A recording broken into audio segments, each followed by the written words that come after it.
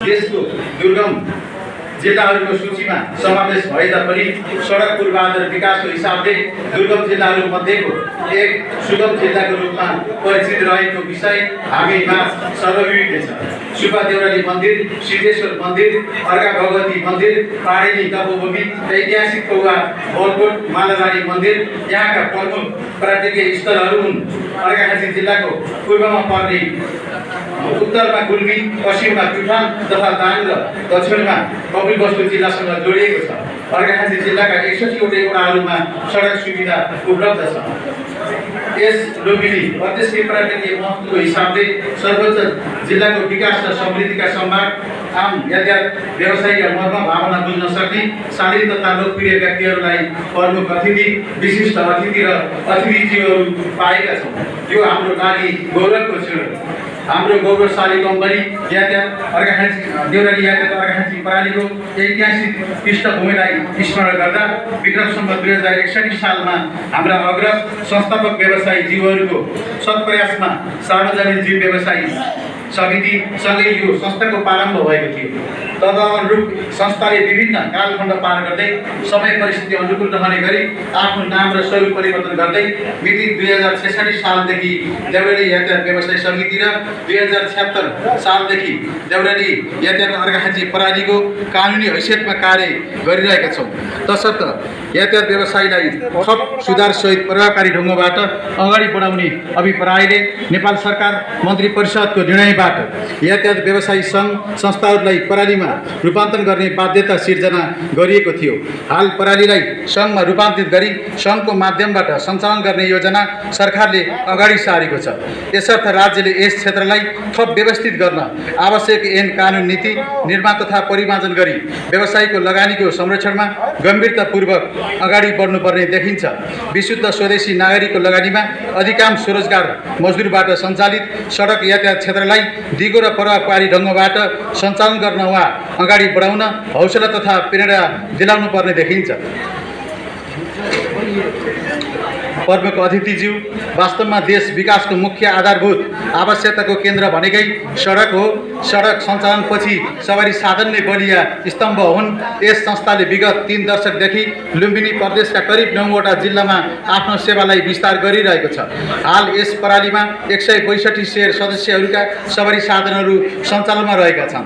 हाल 20 वर्ष अवधि पुरा भई विस्थापित हुने अवस्थाका सवारी साधनको हकमा नेपाल सरकारले तत्काल उपयुक्त मापदण्ड बनाई 20 वर्ष अवधि पुगेका सवारी साधनहरूको यातायात प्राविधिक यान्त्रिक चेक जाँचको आधारमा केही वर्ष अवधि थप तथा पर्मिटको सिन्डिकेट हटाई सकेसम्म स्वैच्छिक तथा प्रदेश स्तरीय पर्मिटको व्यवस्था गरी सवारी साधन विस्थापितबाट हुने क्षति तथा ठुलो सङ्ख्यामा गाडी धनी तथा मजदुरहरूको रोजगारी गुम्ने अवस्था सिर्जना भएकोले नेपाल सरकारले तत्काल उपयुक्त मापदण्ड बनाई कार्यान्वयन गर्नुपर्ने र हाल सवारी साधन नवीकरण जाँचपास लगायतका सुविधाहरू जिल्लाबाटै उपलब्ध गराउनको लागि यातायात सेवा कार्यालय स्थापना गर्न आवश्यक पहल गरिदिनु हुन आदरणीय प्रमुख अतिथिज्यूको ध्यान आकृष्ट गर्न चाहन्छु। व्यवसायी ज्यूहरू, देउराली यातायात अर्घाखाँची प्रणालीले स्थापना कालदेखि आफ्ना व्यवसाय र यात्रीहरूको अधिकतम हितलाई ध्यानमा राखी दुर्घटना हुँदाका बखत कल्याणकारी योजना, सवारी साधन क्षतिमा संरक्षण योजना, 20 वर्ष पुराना सवारी साधन विस्थापित गर्दाको योजना, गाडी धनी शेयर सदस्य, कम्पनी कर्मचारी घाइते हुँदा औषधि उपचार, जटिल रोगको अपरेसन होस् वा मृत्यु हुँदाका अवस्थामा समेत समय सापेक्ष रूपमा आर्थिक सहयोग उपलब्ध गराउनका साथै गाडी धनी राजकोष नियमावली निर्माण तथा सवारी साधनलाई नियमित सञ्चालन गर्न चालक वा सञ्चालकहरूको दुर्घटनामा मृत्यु हुँदा वा घाइते उपचार गर्नुपर्ने अवस्थामा समेत प्रणाली गम्भीर र जिम्मेवारीपूर्वक प्रस्तुत भइरहेको छ। यस्ता थुप्रै कार्ययोजनाहरूका लागि यस आर्थिक वर्ष 80-81 मा 2,08,83,943 रुपियाँ मात्र रुपियाँको वार्षिक अनुमानित बजेट तर्जुमा गरी सोही बमोजिम कार्य गरिरहेको सम्पूर्णमा अवगत गराउन चाहन्छौँ। व्यवसायी मित्रहरू, अब आगामी कार्ययोजना राख्न चाहन्छु। प्रमुख अतिथिज्यू लगायत व्यवसायीज्यूहरू, आम यातायात व्यवसायी, शेयर सदस्यहरूले प्रयोग गर्ने सवारी साधनहरू र तिनीहरूबाट यात्रा गर्दै हुने दुर्घटनामा तेस्रो पक्ष वा आफ्नो पक्ष घाइते अर्थात् क्षतिमा महत्त्वपूर्ण मानिएको औषधि उपचार नेपालको अस्पष्ट अव्यवहारिक नीतिका कारण असहज परिस्थिति आउन सक्ने, सामान्य दुर्घटना हुँदा पनि महँगा अस्पतालहरूमा औषधि उपचार गराउनुपर्ने अवस्थालाई मध्यनजर गरेर प्रणालीले तत्काल व्यवसायी निजी संरक्षण योजना 81 सुरुवात गर्ने योजनाका साथ प्रारम्भिक मसौदा निर्माणको काम गरिरहेको छ। उक्त योजनाले यातायात मजदुरहरूमा देखिएका गम्भीर रोग तथा दुर्घटनामा राहतको थप व्यवस्था मिलाउन महत्त्वपूर्ण भूमिका खेल्ने विश्वास लिएका छौँ। व्यवसायीज्यूहरू तथा शेयर सदस्यहरूका छोराछोरी उच्च शिक्षा अध्ययनका लागि तेस्रो मुलुक जानुपर्दा ब्याङ्क तथा वित्तीय संस्थाहरूमा देखाउनु पर्ने प्रणालीबाट सहजीकरण जस्ता सुविधा उपलब्ध गराउँदै आएकोमा आगामी दिनमा पनि थप व्यवस्थित गरी निरन्तरता दिने व्यवस्था मिलाएका छौँ। देशभरि नै चुनौतीको रूपमा देखा परेको सवारी दुर्घटनालाई न्यूनीकरण गर्नको निमित्त तात्कालीन हाम्रो कम्पनीबाट आन्तरिक सवारी व्यवस्थापन अनुगमन तथा दुर्घटना न्यूनीकरण युनिट गठन गरी हामी आबद्ध सम्पूर्ण सवारी साधनहरूका चालक, परिचालक र सहयोगीहरूलाई सम्बन्धित विज्ञहरूबाट प्रशिक्षण दिने योजना बनाएका छौँ। प्रशिक्षण प्रस्ताव सवारी दुर्घटनामा कमी आई चालक परिचालकले थप जिम्मेवारी बोध गरी यात्रु मैत्री वातावरण बनाउन सहज हुने महसुस गरिएको छ। कार्यक्षेत्र विस्तार गर्दै जाने क्रममा सहयात्री कम्पनीहरूसँग सहकार्य गरी 15-15 किलो अवधारणा अनुसार गाडी सञ्चालनको व्यवस्था मिलाइनेछ। कम्पनीमा कार्यरत कर्मचारीहरूको सामाजिक सुरक्षाका निमित्त आगामी 81 साउन महिनाबाट सामाजिक सुरक्षा कोषमा आबद्ध गराउनेछौँ। समुदाय स्तरमा छतमा वा झुन्डिएर जोखिमपूर्ण यात्रा नगरौँ भन्ने जनचेतना स्वरूप स्थानीय पालिका तथा जनप्रतिनिधि समेतको सहयोग लिई सचेतना अभियान सञ्चालन गरिनेछ। कम्पनीमा आबद्ध सदस्य सूचीकरण गरेका मजदुर कर्मचारी सबैको आर्थिक हितलाई ध्यानमा राखी दीर्घरोगी वा जुनसुकै प्रकारको उपचार गर्नुपर्दा कम्पनीले तोकेका अस्पतालहरूमा उपचार गराएको अवस्थामा 50,000 रुपियाँसम्मको निःशुल्क स्वास्थ्य उपचार तथा दुर्घटनाको हकमा रु 1 लाखसम्मको दुर्घटना उपचार बिमाको व्यवस्था गरी 81 साल साउन महिनाको पहिलो हप्ताबाट लागू गरिने योजना अगाडि सारेका छौँ। यस देउराली यातायात अर्घाखाँची प्रणालीको प्रथम वार्षिक सभाबाट पारित भए अनुसार व्यवसायी संरक्षण योजना 81 को कार्यविधि निर्माणको काम भइरहेकोले तत्काल सम्पन्न गरी यही मिति 81 साउन 1 गतेदेखि लागू हुने योजना समेत बनाएका छौँ। सो योजना अन्तर्गत सवारी साधन दुर्घटना भई आफ्नो पक्षमा हुने क्षतिको सम्पूर्ण दायित्व प्रणालीबाट वहन गर्ने व्यवस्था मिलाइनेछ। साथै कम्पनीको कामकाजमा खटिएको समयमा कुनै दुर्घटना भई कार्य समिति सदस्य, कर्मचारी तथा सदस्य घाइते वा मृत्यु भएमा उपचार तथा क्षतिपूर्तिको व्यवस्था मिलाइनेछ।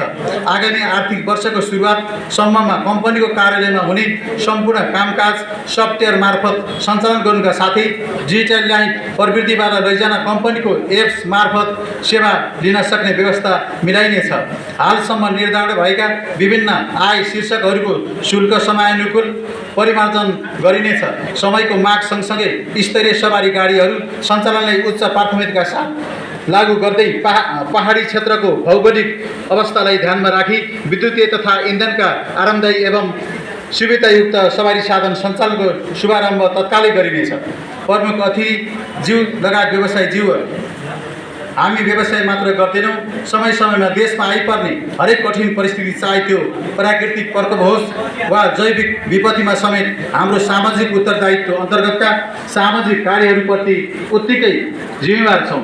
विगत केही वर्ष अगाडि विश्वव्यापी रूपमा फैलिएको कोभिड-19 सङ्क्रमणबाट अर्घाखाँची जिल्लाका 6वटै पालिकामा सङ्क्रमित बिरामीको सङ्ख्या दिनानुदिन बढ्दै गई निकै भयावह अवस्था देखिएकोले कोभिड-19 सङ्क्रमण रोकथामको लागि राहतस्वरूप प्रत्येक पालिकालाई रु 1,01,000 का दरले कुल 6,06,000 रुपियाँ उपलब्ध गराएका थियौँ।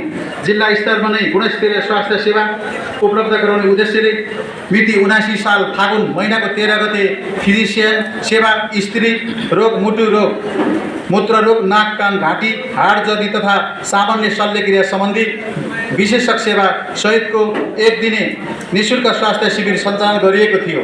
उक्त स्वास्थ्य शिविरमा करिब 1100 जना बिरामीहरूले स्वास्थ्य जाँच गराउनु भएको थियो।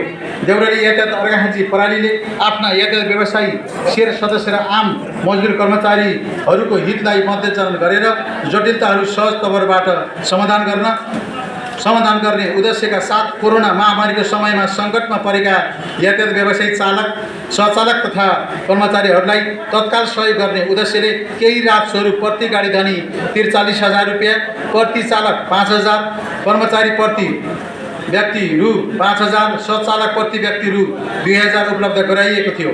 देउराली यातायात अर्घाखाँची प्रणालीमा आबद्ध हामी यातायात व्यवसायीको पहलमा देउराली बहुउद्देश्य सहकारी संस्थालाई समान्तर हिसाबले अगाडि बढाउँदै र सम्पूर्ण गाडी धनीलाई समान प्रकृतिको सेयर खरिद गरी सहकारी सेयर सदस्यमा आबद्ध गरिएको समेत जानकारी गराउँदछु।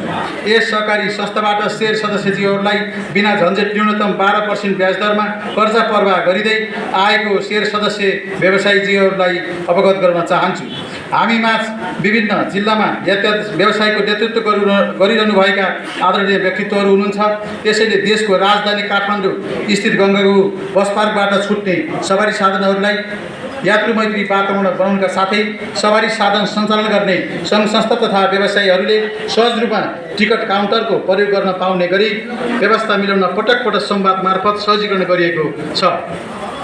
भविष्यमा थप व्यवस्थित बनाउन डोसेप बहुउद्देश्य प्रणालीसँग आवश्यक समन्वय गरी अगाडि बढ्ने प्रतिबद्धतासहित यातायात व्यवसायी महासङ्घले पनि यातायात व्यवसाय सञ्चालनमा देखिएका यातायात व्यवसायीका समस्याहरूको तत्काल समाधानको लागि नेपाल सरकारसँग आवश्यक संवाद समन्वय र सहकार्यको माध्यमबाट वर्तमान अवस्थामा यातायात क्षेत्रमा देखिएका समस्याहरू समाधान गर्न हार्दिक अनुरोध गर्दछु। साथै यातायात व्यवसायमा देखिएको अस्वस्थ प्रतिस्पर्धाको कारण यातायात व्यवसायप्रति आकर्षण कम हुँदै तथा व्यवसाय धराशायी हुने अवस्था सिर्जना भएकोले सबै व्यवसायीहरू मिलेर अगाडि बढ्नुपर्नेमा सम्पूर्ण यातायात व्यवसायीजीहरूलाई हार्दिक अनुरोध गर्दछु। अन्त्यमा हामी अहिले यस देउराली यातायात अर्घाखाँची प्रणालीको दोस्रो वार्षिक साधारण सभा तथा अधिवेशनको समुद्रघाटन सत्रमा छौँ।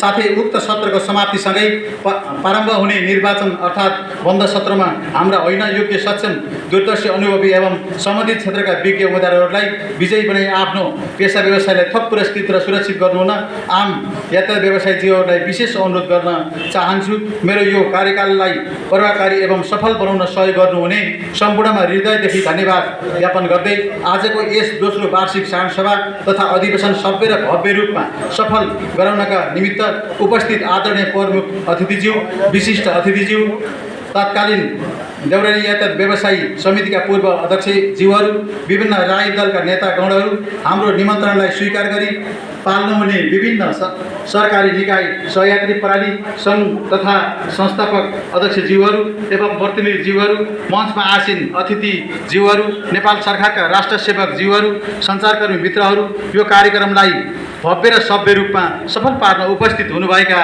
आदरणीय यातायात व्यवसायी, शेयर सदस्य गाडी धनीज्यूहरू, कम्पनीमा कार्यरत कर्मचारी मित्रहरू एवं मजदुरवर्ग लगायत यो महान तथा भव्य कार्यक्रम सञ्चालन गर्न सभाहल उपलब्ध गराउनुहुने साथी होटल प्रणाली अर्घाखाँचीका प्रोपराइटर साथै उपस्थित सम्पूर्णमा हार्दिक धन्यवाद दिँदै मेरो मन्तव्य यही अन्त्य गर्दछु। धन्यवाद। जय देउराली यातायात।